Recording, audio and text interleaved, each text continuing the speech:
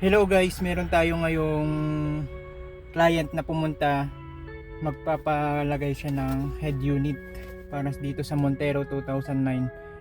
Ang i-share ko sa inyo guys is yung paano mag-connect ng steering control kapag meron siyang ganito sa manubela. Yung mga volume up, next, tapos yung mode. Yung iba kasing installer hindi na inilalagay, hindi na kinoconnect. Ngayon tayo i-connect natin. Ito yung connection. Kapag naka Montero ka na 2009, pwede mo muna tong sundan. Ito yung connection guys. Bali gamit ka ng multimeter. Ito multimeter ang tawag dito. Yung positive ng multimeter ilagay mo dito sa red, white. Ito. Yung positive na ay negative naman ng multimeter, ito ilalagay mo dito sa red, yellow.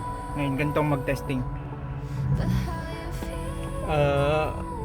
Pindot-pindutin mo lang tong mga button ng steering control. Ngayon gagalaw to. Yung needle, pagmasdan nyo yung needle nya. Ayan.